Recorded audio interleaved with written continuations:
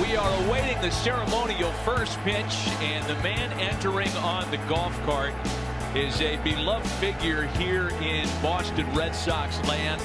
Jerry Remy, who played second base here for a lot of years and for even more, has been a part of their broadcast team. Missed the season as he's recovering from lung cancer. And Jerry is on his way out to throw out the ceremonial first pitch. And when that happens, a place that already has a lot of energy, Alex, is going to go even more nuts. But terrific way to open the proceedings in Boston. The last time the native Aldi faced the Yankees 11 days ago, he got pounded.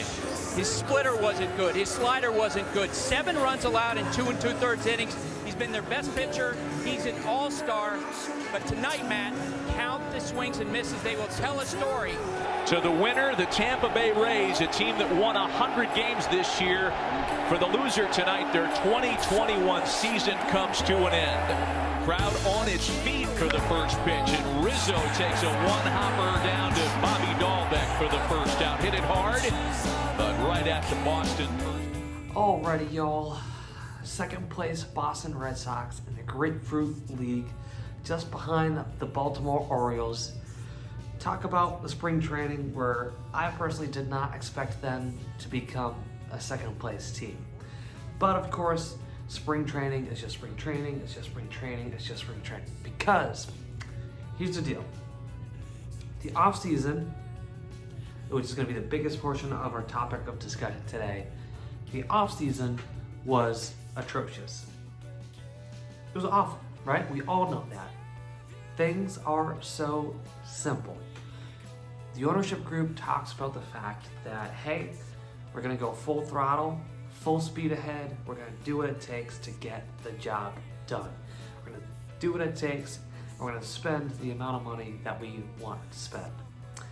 And they were more than likely just referring to the deal that they made with the Professional Golf Association, the PGA.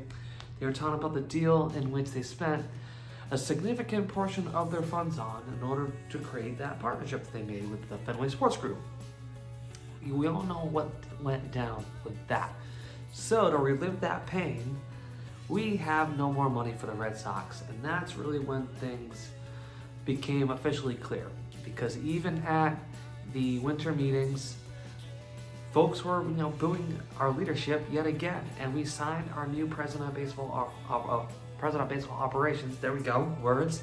Just due to the fact that Chaim Bloom was doing what he was really told to do. His main focus, his main core of his job was to build up the farm system, which he did, right? And I think he did a pretty darn good job of it. Folks did pretty well down in Salem, Virginia. Folks did really well on the Portland Sea Dogs level. Of course, the Portland Sea Dogs made it to the playoffs.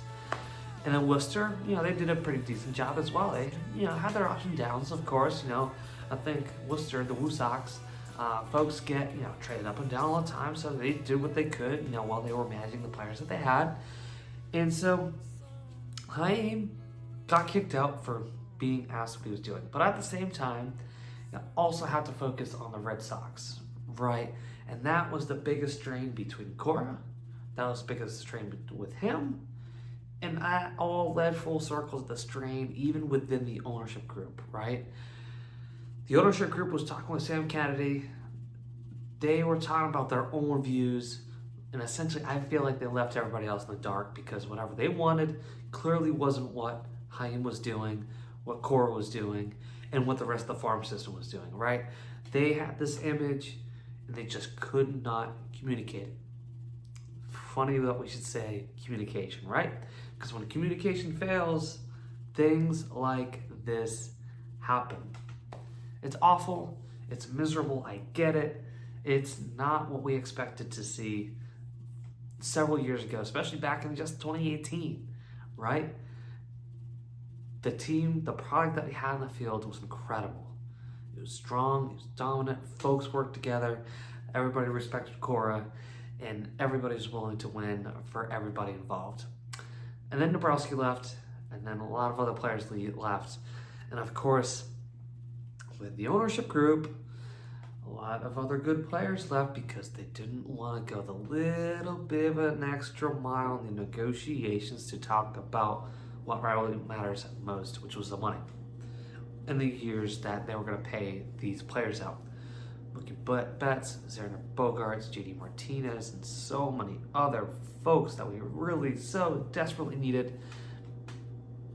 And I'm probably just playing for the Dodgers, honestly, and they're going to be there for the rest of their career and leaving us in the dark. Leaving us in the dark somewhere, somehow, some way that we can't just make it. And so, because they couldn't communicate, this was an awful offseason, right? We hired our new president of baseball operations, and now we have a pitcher. We have a pitcher that no longer can pitch for us and is likely going to be out for the rest of the season. Look up his name. I'll let you do your homework because I won't be a good friend of yours for this entire season if I don't let you do a little bit of research yourself. So this player, between this player and Chris Sale, we're spending about $34 to $38 million between the two of them to essentially not play for the Red Sox at all. And the Red Sox are being forced to spend money, but spend money in a way that is not helping us by any means whatsoever. So, wasted offseason. Sam Kennedy is confused as ever.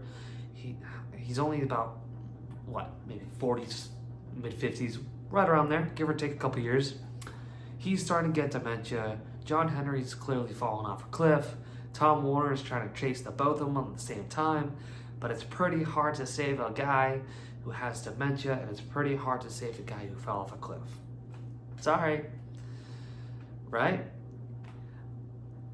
Garbage in, garbage stays, I guess, and the Red Sox are clearly garbage all around, so, if punishment fits a crime, so, yeah, I'm expecting a genuinely awful season, and that's why this video deserves to be genuinely awful.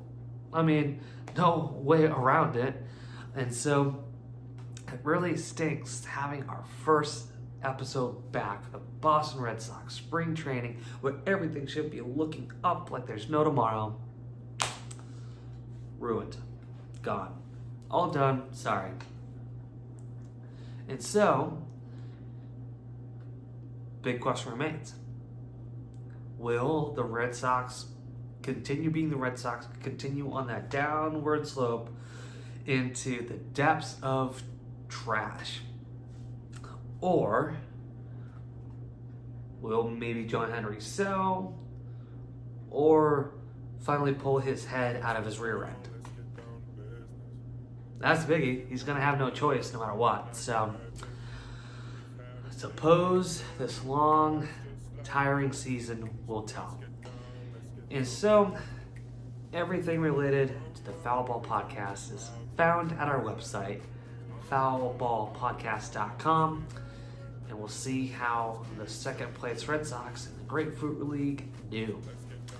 So, we'll catch you all soon. Let's get down, let's get down, let's get down, let's get down, let's get down, let's get down, let's get down, let's get down.